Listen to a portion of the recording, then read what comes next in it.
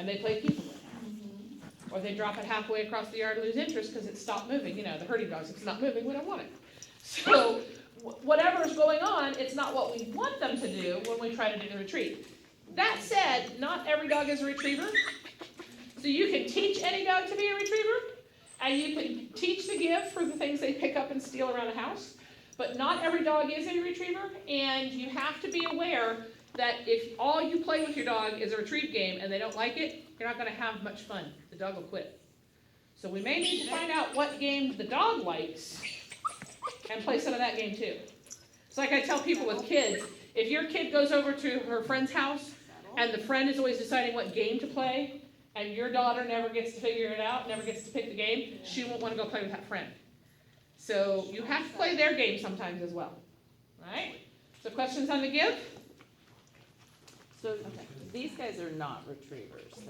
It's just not a game that they enjoy at all. What's an alternative game? Does she like toys? Not much. She's not playing with toys at all? She plays a little bit. Okay. She would really like to just run and chase. Oh, sure. Yeah. And That's one of their favorite games. She likes to wrestle. Uh-huh. I don't wrestle with the dog, but wrestling with another dog is fine. She's wrestling. But I don't do human wrestling with a dog because that's not a good game for them to learn to play with people. But the chase game is really important. Now she wants her toy. The chase game is really a very important thing because, like we said, sometimes you throw it and they grab it and then they want to play keep away. So what I would teach is chase on command. So I'm going to chase you, and my dog, I would put a toy in his mouth, and he would run around with the toy. So it's that keep away game. But they have a long line dragging, and I'm going to say chase, and I'm going to chase him around, and then I'm going to say bring it here. I've already taught the give. You heard me tell Lucy, bring it here, so bring it, turn back towards me with it. So I've already taught that, sitting still with it. And if she's not interested in doing it with a toy, here's a little trick that we use a lot of times in the Choose to Heal training, which is Dawn Yates started Choose to Heal. She's the woman who started the Prison Pet Partnership, where the women's inmates train the service dogs. Okay? So those dogs have to pick up just about anything, right? And they have to give anything, including food. So we open a cheese stick and then just close the wrapper back around it. Get it. Give. Get it. Give. You have to let go of this. She's willing to put her mouth on that because it's food. Right. You could do it with a big biscuit too. Anything like that, big heavy biscuit, a greenie, anything like that. They'll put their mouth on that and you can teach the give that way. Then you can switch to a toy. You can switch to a toy because you need to get it. Get it is a command, just like give is a command. So you can switch to a toy and do it. Okay? Okay. But the fact that, people say, oh, this breed doesn't do this. Any dog can be taught anything. I know a lot of cases that do competition obedience, they do retrieve. So, but a lot of times what happened with the cases, what happened with a lot of breeds, the old style of training for retrieve for competition, you did competition with previous dog, right? I did agility just for fun. You did. I thought you did competition obedience too. The old style training for retrieve was what they called force retrieve, which was an ear pinch. And those dogs will not tolerate that.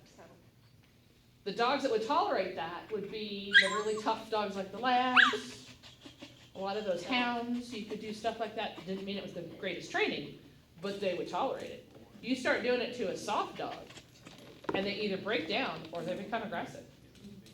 My first standard poodle, the one I taught that chase game to, that was back when they were still doing force retrieve when I was doing competition obedience.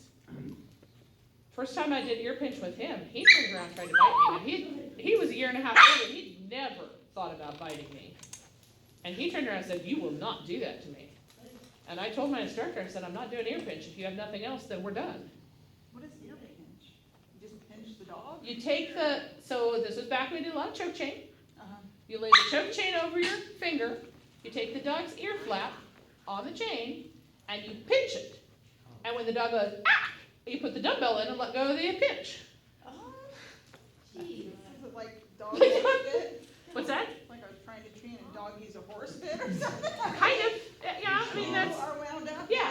But Dawn's version, the Choose to Heal, the dog had to make the choice. And so what she would start with is you put, let me go get something you can do this with. Let's see. It's really wound up. I'll oftentimes use an ink pen.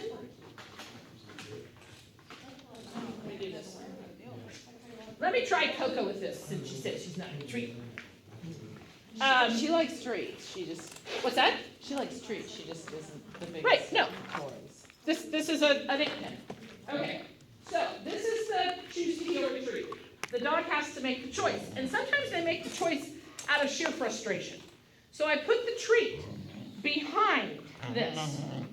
Turn around this way so maybe they can see what's going on. So I put the treat behind the ink pen. She'll go over it, under it. I keep putting it in front of her. What starts to happen is the dog gets mad.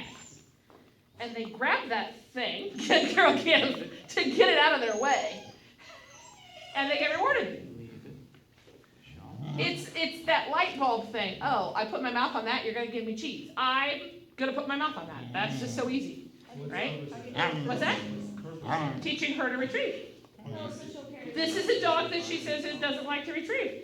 It's not about you enjoying necessarily in the start. It's about you understanding that this is what I want you to do. Open your mouth, and when that goes in your mouth, you will get the treat that you're trying so desperately to get behind it. You can like this. Maybe. You're wound up. You can do this with any object like this that you can hold that's a long object, a wooden spoon, an ink pen, a hairbrush, a toothbrush, a stick from the yard. He'll eat the whole stick, so we stop letting him have sticks. Like, he'll just sit there and chew on it like it's a bone. Well, that's, yeah, good girl, Kim. Is that a health She problem? kind of like her around their teeth. It depends on the stick. The thing about chewing sticks is they can get stuff in their teeth. Oh, you're starting to figure that out, aren't you? She's like, I like that cheese. Now, He how do I get that? really likes sticks. If the dog is chewing, puppies learn like babies by sticking stuff in their mouth. So that's why they pick up everything, in the yard, on the ground. That's what they're trying to figure things out. They're trying to learn about the world. So we let them pick things up. I don't try to take things out of puppies' mouths because I want them to kind of figure things out. But if it's something that's dangerous, we have to be able to get it away from them. That's why we teach this give. And so even if Coco never becomes the world's greatest retriever, I want her to understand give in case she gets something we don't want her to have. Right? They get the chicken bones out of the garbage or something like that. So you almost had it there. You were biting my finger more than the ink pen, honey. And you have to put your mouth on this. She's like, oh man, this is frustrating. Well, Ugh. then do that one, we'll I do like cheese, but it's not worth it. So if they had something you didn't want them to have, you wouldn't say leave it, you'd say Give. Yep, I'm gonna trade them for it. Trade them another toy or trade them a treat for it so that they learn to release it to your hand. I don't want them to spit it out on the ground. Oh, you almost had it. You almost had your mouth on it. So for this particular thing, Blaze loves pens and steals the styluses and pens all the time. So I don't necessarily think I want to reward her for that, but I like the idea of it. Well, you can do this, so we're doing it for competition obedience, we're doing it for the dumbbell. But if she steals pens, then why wouldn't you wanna do this? Because then she gets rewarded for stealing. No, I'm teaching her to give it back to me. Giving. Oh, okay. I'm teaching her to give it back to me. So when she has something that you want her to give up. Give. You say, give with the treat right in Yeah. others. Go, go. Okay, I'm trying this. Yeah, we trade first, yeah. But like I said, once they know it, you don't have to have the treat necessarily. Once they know it, they're like, oh, okay, I get this. She says, I'm not gonna figure this out tonight, but I will, oh, good girl, yeah, there you go. I got the teeth on it, Then you say give. yep. Minute. She's like, Once "Oh, they get the teeth on it, then you get say that thing out of my give, way." and you. She says, I'm gonna use my paw. You're very funny. She says, I can do it better with my paw. Oh, good girl, get it. There, she actually just, she just looked at that pen and went, nah, with her tongue. She's like, are you serious? That's what gives me a cookie? She says, first you were gonna let me bark for a cookie, and now you're gonna let me put something in my mouth for a cookie. Why are you so? You gonna try again? She says, oh, I just found the apron. I don't need your Why are treat in you your so hand. wound up, man? I can smell it in there. So again, one of the easier ways to start this would be with a greenie or a biscuit or something, because again, it's food. Oh, all that. She's looking at me, she's looking at this, she's like, what is it? Good girl, get it. Whoop! What was that? Wanna try one more? Tantrum, that's what this is. He wants to play with Coco. Yeah. He's getting mad. He that says he's she's not getting cookies and I'm not. Yeah, he's getting mad, he's not getting his way. He does this with cash and She's like, oh, that dumb thing. Where did you find it? Do you have feathers in you, like getting them off the birds? In his mouth? No. Oh. They're in the yard. Oh, okay. Like, that's not good if they're in the mouth. No. She says, I've learned to pump it with my nose. That's a start. Okay. That's a start. But I think that's what I would start with. Because it's not forceful and the dog gets to figure it out. And once the dog gets it figured out, then you can do it with anything.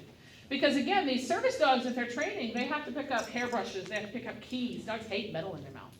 So they have to pick up keys, they have to pick up meat from the grocery counter, from the meat counter, and put it in a shopping cart. Oh, wow. I mean, they have to know how to pick something up and how to deposit it where they want it. And it's amazing how they figure this out. And once I started doing that with my dogs, I never had trouble with retrieve again. I didn't have to do forced retrieve. And my one dog I did this with, he got so depressed when I put the dumbbell away. He's like, I want to keep doing that. Because he wanted the treat. Because it was a fun game. I mean, I was at the point where, There you the go. dumbbell's here or the dumbbell's on the floor or whatever, and he would bring it over to me, and he had that all figured out, and he hated it when I stopped playing with the dumbbell. He thought that was the greatest thing in the world. Right?